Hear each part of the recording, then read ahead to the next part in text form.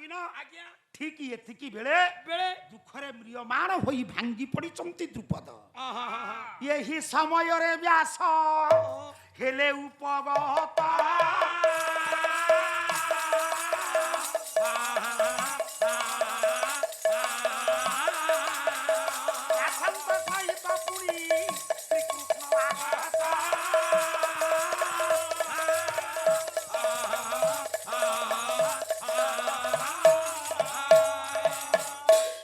ଏତିକି ବେଳେ କୃଷ୍ଣ ଦୌପାୟନ ବ୍ୟାସ ଭଗବାନ କୃଷ୍ଣଙ୍କୁ ସଙ୍ଗରେ ନେଇକରି ଆସୁଛନ୍ତି।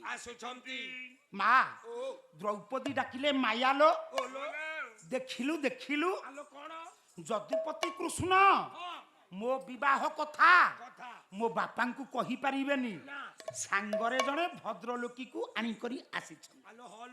ହଲେଇ ଦେଲା ମାୟା ଦାସୀ କହିଲା ହେ କାହା ମନ କୋଉଠି? ତୋ ମନ କଣ କୃଷ୍ଣ ପ୍ରେମରେ ପାଗଳି ହେଇଗଲୁ କି? ନିଜେ ଦ୍ରୁପଦ ବ୍ୟାସଙ୍କୁ ଆତିଥ୍ୟ ସମ୍ମାନ ଦେଲେ। ବ୍ୟାସ ପଚାରିଲେ ଦ୍ରୁପଦ ତମ ମନଟା ବିଷର୍ଣ୍ଣ କାହିଁକି? ଏଇଥିପାଇଁ ଆଜ୍ଞା। ଦ୍ରୁପଦ କହିଲେ ମହାଶୟ ବସିଛନ୍ତି ପୂଜ୍ୟପାଦ ଗୁରୁକଳ୍ପ। ଇଏ ଶ୍ଲୋକଟି ବହି ହେଉଛି ସୁଭଦ୍ରା ହରଣମ୍, କବି ହେଲେ ମାଧବ ଭଟ୍ଟ, ଶ୍ଲୋକଟା ହେଉଛି ଅର୍ଜୁନଙ୍କର ପରାକ୍ରମତ୍ୱ। ଜ୍ୱାଳା ତାଣ୍ଡବ ତୁଣ୍ଡ ଖାଣ୍ଡବ ବନେ ଚଣ୍ଡାଗ୍ନି ସନ୍ତର୍ପିତ ଜହ ପାଣ୍ଡିତ୍ୟମ ଖଣ୍ଡୟନ୍ଦ୍ର ଦାସିର ଶ୍ୟାଖଣ୍ଡଳ ସ୍ୟୋଧତାଂ দুর্দণ্ডে নরমুহু সপাণ্ডব যুবা কোদণ্ডমাস্ফালয়ন কাণ্ডৈরেব করণ্ডয়ন চ বালাবিধু বালাম কাণ্ডে অহর।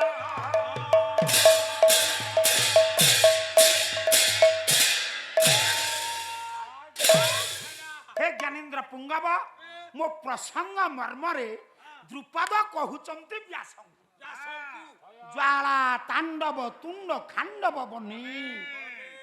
ଖାଣ୍ଡବ ବନ ଦହନ କଲା ବେଳେ ଅର୍ଜୁନଙ୍କର ପରାକ୍ରମ କଣ ବିଶ୍ୱ ଦେଖିଛି। ଜହ ପାଣ୍ଡିତ୍ୟ ଅଖଣ୍ଡ ଯୁଦ୍ଧରେ ଯାହାଙ୍କର ପାଣ୍ଡିତ୍ୟ ଅଛି ଦ୍ରୁପଦଙ୍କର ମୁହଁ ତଳକୁ ହେଇଗଲା। ହେ ପିତାମହ ଅର୍ଜୁନଟା ମରି ଯାଇଛି, ଆଉ ମୋ ଝିଅ ପାଇଁ ସୁଯୋଗ୍ୟ ବରପାତ୍ରଟି ମିଳିବନି। ଯେତେ ମା ମାନେ ମୋର ସଭାରେ ଅଛ ସାଙ୍ଗେ ସାଙ୍ଗେ ବ୍ୟାସ ହସିଲେ କହିଲେ ହେ ଦ୍ରୁପଦ ଯଦି ଅର୍ଜୁନ ମରି ଯାଇଛି ଅର୍ଜୁନ ଭଳି ଆଉ କଣ ଟାଣୁଆ ବୀର ଭାରତ ବର୍ଷରେ ନାହାନ୍ତି? ଆଉ କାହାନ୍ତି ସେଭଳିଆ ବୀର? ଆମେ ଆଉ ଗୋଟିଏ ଟାଣୁଆ ବୀର ବାଛିଦବା। ବୀର ବାଛିଦବା। କେମିତି ବାଛିବା ନା ଆମ ଦେଶର ନିୟମ ହିସାବରେ। କଣ ଦେଶର ନିୟମ? ଛବିନ ପାଞ୍ଚାଳ କୋଉଠି କହିଲୁ? ସିନ୍ଦୁରପଦା ଭୁବନେଶ୍ୱର ପାଖରେ। ସେଇଟା ପାଞ୍ଚ ଗାଁ ପାଞ୍ଚାଳ ନୁହଁ। ଭୌଗୋଳିକ କାରଣ ପଞ୍ଜାବର ରାଜଧାନୀ ଫାରୁକାବାଦ ସହର ଫତେଗଡ଼ କାମ୍ପିଲ୍ୟ ନଗରୀ ପୁରାଣ ପ୍ରସିଦ୍ଧ କଳାକାର ମାନଙ୍କୁ ପ୍ରଶ୍ନ କରାଗଲା ଜଗନ୍ନାଥ ବଳଭଦ୍ର ଯେତେବେଳେ ଲକ୍ଷ୍ମୀ ଛଡ଼ା ହେଇ ବୁଲିଲେ ସେତେବେଳେ ସୁଭଦ୍ରା କୋଉଠି ଥିଲେ? ସାରେ ଯଥା କାଳକୁ ତଥା ମାନ ଗୋଟିଏ ଅଛି। ତାରାବାଲା ସାଙ୍ଗେ ସାଙ୍ଗେ କହିବେ ସେତେବେଳେ ସୁଭଦ୍ରା ଗ୍ରାମ ଦେବତୀ ହୋଇକି ତାକୁ ରକ୍ଷା କରିଥିଲେ। କିନ୍ତୁ ଇତିହାସ କୁହନ୍ତି ସେତେବେଳେ ସୁଭଦ୍ରା ଶ୍ରୀକ୍ଷେତ୍ର ଆସିନଥିଲେ। ସୁଭଦ୍ରା କାମ୍ପିଲ୍ୟରୁ ଆସିବାରୁ ତାଙ୍କୁ କାମ୍ପିଲ୍ୟ ବାସିନୀ ବୋଲି ପୂଜା କରାଯାଉଛି। ବଳଭଦ୍ର ପୁରୀର ଠାକୁର ନୁହଁ, ବୌଦ୍ଧ ସୋନପୁର କେଣ୍ଟୋନ୍ ଅଞ୍ଚଳରୁ ଆସିଛନ୍ତି ବଳଭଦ୍ର। ନୀଳମାଧବ ଉପାସନା ଯେତେବେଳେ ଚାଲିଥିଲା ସେତେବେଳେ ଗୋଟିଏ ଦାରୁ ଛେଦନ କରି ନବକଳେବର କରାଯାଉଥିଲା। କାଳକ୍ରମେ ବର୍ତ୍ତମାନ ଚାରିଟା ଦାରୁ ଛେଦନ କରାଯାଉଛି। ଇଏ ପାଞ୍ଚାଳ ଦେଶର ମାନ ବିବାହ ନିୟମଟା କଣ? ଶ୍ୱଶୁର ଘର ଦୁଆର ନୁହଁ, ରହିବ ତଳେ ରହିବ ଧନୁର୍ବାଣ ମାନ ଯୋଉ ବର ବିବାହ କରିବାକୁ ଆସିଥିବ ପିଲାଙ୍କର ଏରୁଣି ବନ୍ଧରେ ଠିଆ ହବ ଧନୁର୍ବାଣକୁ ଧରିବ ଏ ମାଛ ଦେହକୁ ବିଧ କଲେ ଶ୍ୱଶୁର ଘର ଏରୁଣି ବନ୍ଧ ଦେଇକି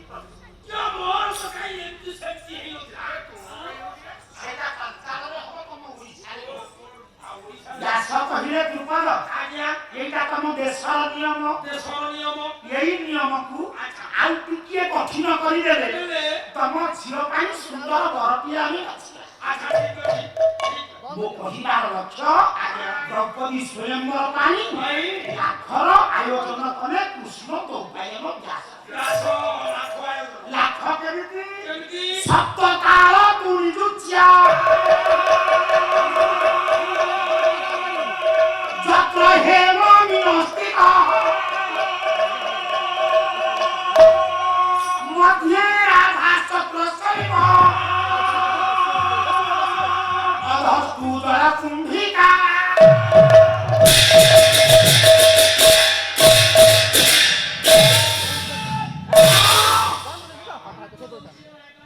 হে গুণ কাহিনী কি মহোদয় মান সাত তাল উচ্চর ଗୋଟିଏ ସ୍ତମ୍ଭ ପୋତାଗଲା ଛବି କହିଲୁ ତାରକ କେତେ ଆରେ ମସ୍ତକ ଠାରୁ ପାଦ ତାଳ ପର୍ଯ୍ୟନ୍ତ ଗୋଟିଏ ତାଳ ଏ ମା କଳିଯୁଗରେ ତାରକ 3 ହାତ କାଟୁନି ଦ୍ୱାପର ଯୁଗରେ ତାରକ 7 ହାତ ତ୍ରେତୟା ଯୁଗରେ ତାରକ 14 ହାତ ସତ୍ୟ ଯୁଗରେ ତାରକ 28 ହାତ କାହିଁକି ସତ୍ୟ ଯୁଗରେ ଯିଏ ତାହା ହାତରେ 28 ହାତ ତ୍ରେତୟା ଯୁଗରେ ଯିଏ ତାହା ହାତରେ 14 ହାତ ଦ୍ୱାପରରେ 7 କହିଲେ ତାର ଅଧା 3 ଅଧେ ପ୍ରମାଣ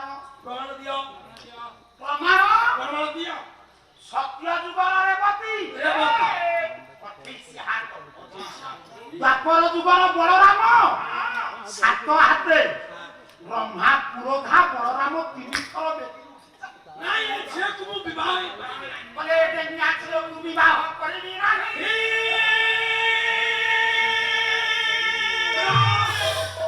ଆଶ୍ୱସ୍ତି ଦେଲେ ବ୍ରହ୍ମା ହସ୍ତଗଣ୍ଠି ବିଧାନ ପରେ ଉଭୟଙ୍କର ଉଚ୍ଚତା ସମାନ ଆମ ପ୍ରସଙ୍ଗକୁ ଆସନ୍ତୁ ଦ୍ୱାପର ଯୁଗରେ ତାରକ ଯଦି 7 ହାତ 7 ତାଳ ହେଲେ 49 ହାତ ଉଚ୍ଚର ଗୋଟିଏ ସ୍ତମ୍ଭ ପୋତାଗଲା ବ୍ୟାସ କହିଲେ ଯତ୍ର ହେମ ତାର ଅଗ୍ର ଭାଗରେ ଗୋଟେ ସୁବର୍ଣ୍ଣ ମାଛକୁ ରଖାଗଲା ମଧ୍ୟରେ ରାଧା ଚକ୍ର ମାନ ରାଧା ଚକ୍ର କହିଲେ ଧରି ନିଅନ୍ତୁ ଆପଣ ମାନଙ୍କର ସ୍ଲିଂ ଫ୍ୟାନ୍ ଆଖି ପିଛୁଡ଼ାକେ 81,000 ଥର ଘୁରୁଛି ଅଧସ୍ତୁ ଜଳ କୁମ୍ଭିକା ତଳେ ରହିଲା ପାଣି କୁଣ୍ଡ ଯେ କୌଣସି ପିଢ଼ ଉପରକୁ ଚଢ଼ି ଉପରକୁ ମୁଠି ସଂଯୋଗ କରି ମାଛର ଛାଇଟାକୁ ଜଳରେ ନିରୀକ୍ଷଣ କରି ରାଧା ଚକ୍ର ଭେଦ କଲା ପରେ ମାଛ ବାମ ଆଖିରେ ସରକା ବଜେଇବ ବ୍ୟାସ କହିଲେ ଦ୍ରୁପଦ ସେଇ ତମ ଝିଅକୁ ବିବାହ କରିବ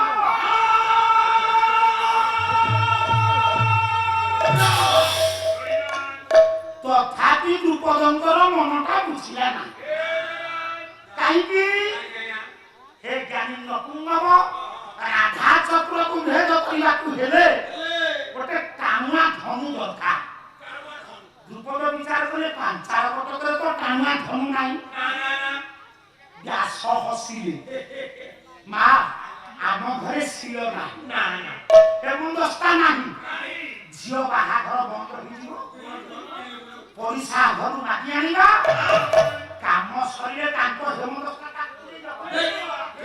ବ୍ୟାସ କହିଲେ ଦ୍ରୁପଦ ତମର ଯଦି ଟାଣୁଆ ଧନୁ ନାହିଁ ବନ୍ଧୁବାନ୍ଧବ କାହା ଟିକେ ଦେଖ ଦ୍ରୁପଦ ଯେତେ ଚିନ୍ତା କଲେ ମୁଣ୍ଡକୁ ଢୁକିଲାନି ବ୍ୟାସ ସୂଚେଇ ଦେଲେ हे द्रुपद कृष्णଙ୍କର ସାରଙ୍ଗ ଧନୁଟାକୁ ଥୋଇଦବା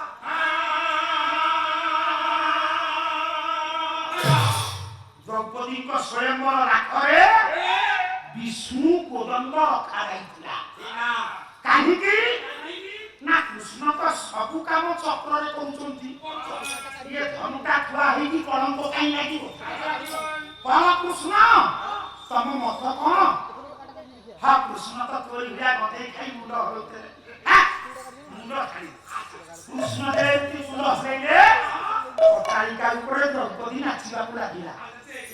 କହିଲା ମାୟା ଦେଖେ ତୋର ନାମ ମାୟା, ଭଗବାନଙ୍କର ଅନନ୍ତ ଶକ୍ତି ହେଉଛି ମାୟା। ଏ ମାୟାକୁ ଜଗତରେ କେହି ଖଣ୍ଡନ କରିପାରିବେ ନାହିଁ। ବାପା ଖଣ୍ଡନ କରିବେ କିଏ? ଭଗବତ ଗୀତା ବ୍ୟାସ ଦୈବୀ ହେ ସା ଗୁଣମୟୀ ମମ ମାୟା ଦୁରତୟା ମାନେବ ଯେ ପ୍ରପଦ୍ୟନ୍ତେ ମାୟାନ୍ତେ ନ କରନ୍ତି ଦେହେ।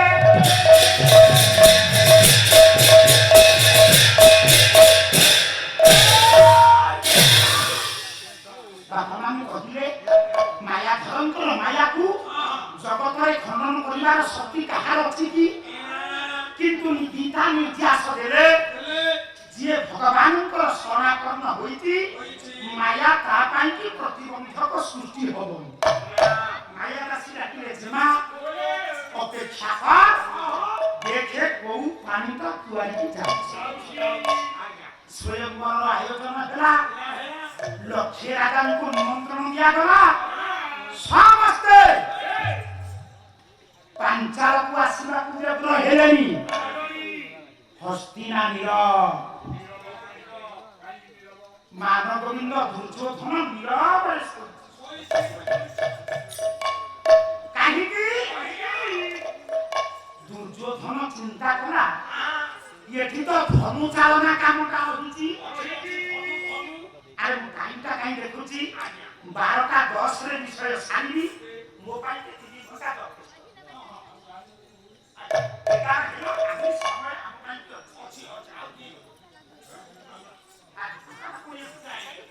ହେ ଜ୍ଞାନୀମା ମୋ କହିବାର ଅର୍ଥ କଥାକୁ ମୁଁ ରଖିଥିଲି। ବ୍ୟାସ ଲାଖର ଆୟୋଜନ କରିଛନ୍ତି। ମାନଗୋବିନ୍ଦ ନିର୍ବିଘ୍ନରେ ଶୋଇଛି। ପହଞ୍ଚିଲେ କର୍ଣ୍ଣ ଡାକିଲେ ମୈତ୍ରେ ତମେ କଣ କିଛି ଶୁଣିନ କି? ପାଞ୍ଚାଳ କଟକରେ ଦ୍ରୌପଦୀ ସ୍ୱୟଂବର ପାଇଁ ଲାଖର ଆୟୋଜନ କରାଯାଇଛି। ମାନଗୋବିନ୍ଦ କହିଲା ମୈତ୍ରେ ଜାଣିଛି, ହେଲେ ସେ ଜାଗାକୁ ମୁଁ ଯିବିନି। କାହିଁକି? କର୍ଣ୍ଣ କହିଲା ମୈତ୍ରେ ତମେ କାହା ପାଇଁ କଣ ହୋଇପାର, ମୋ ପାଇଁ ତମେ 3ଟି ଗୁଣରେ ବଡ଼। ସେ 3ଟା ଗୁଣ କଣ? ଜ୍ଞାନୀମଣ୍ଡଳୀ କବି, କଟକ ଜିଲ୍ଲାର ଗାୟକ ସମ୍ରାଟ, ବାଣୀ ମଧୁର ବୈଷ୍ଣବ କଥା। ଯୋଉ 3ଟି ଗୁଣ ମାନଗୋବିନ୍ଦ ଦୁର୍ଯ୍ୟୋଧନ ନିକଟରେ ଅଛି, ପାଣ୍ଡବ ମାନଙ୍କ ନିକଟରେ ସେ 3ଟି ଗୁଣ ନାହିଁ। ତାହା କଣ? ଧନୀ ମାନି ଦାନି ସେହି ଦୁର୍ଯ୍ୟୋଧନ,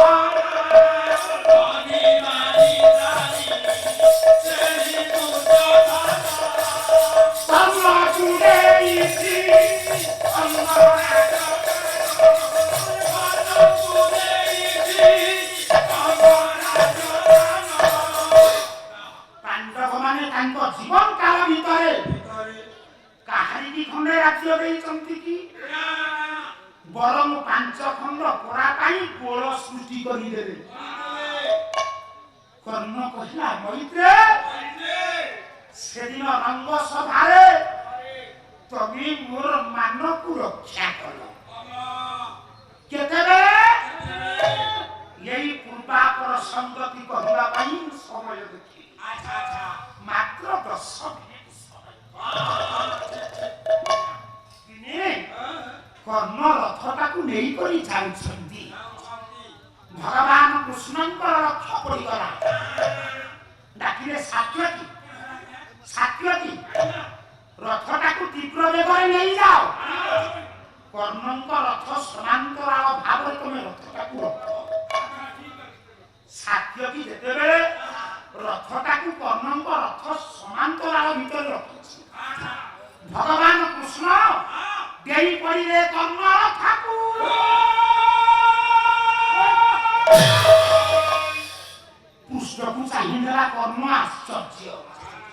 କେଶବ କହିଥିଲେ ମୁଁ ନିମନ୍ତ୍ରଣ କରିଥାନ୍ତି, ଆପଣ ରଥକୁ ଡେଇଁଲେ କାହିଁକି? କୃଷ୍ଣ କହିଲେ, ହେ କର୍ଣ୍ଣ, ତମ ସହିତ କିଛି ମଧୁର ବାର୍ତ୍ତାଳାପ ରହିଛି। କର୍ଣ୍ଣ କହିଲେ, କେଶବ, ମୋର ଗୋଟାଏ ସର୍ତ୍ତ ପୂର୍ଣ୍ଣ କଲେ ମୁଁ ତମ ବାର୍ତ୍ତାଳାପ ନିଶ୍ଚୟ।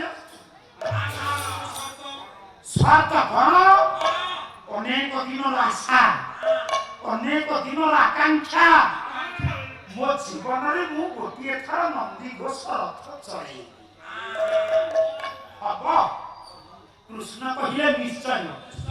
ଦୁଇ ଜଣ ରଥରୁ ଓହ୍ଲେଇଲେ।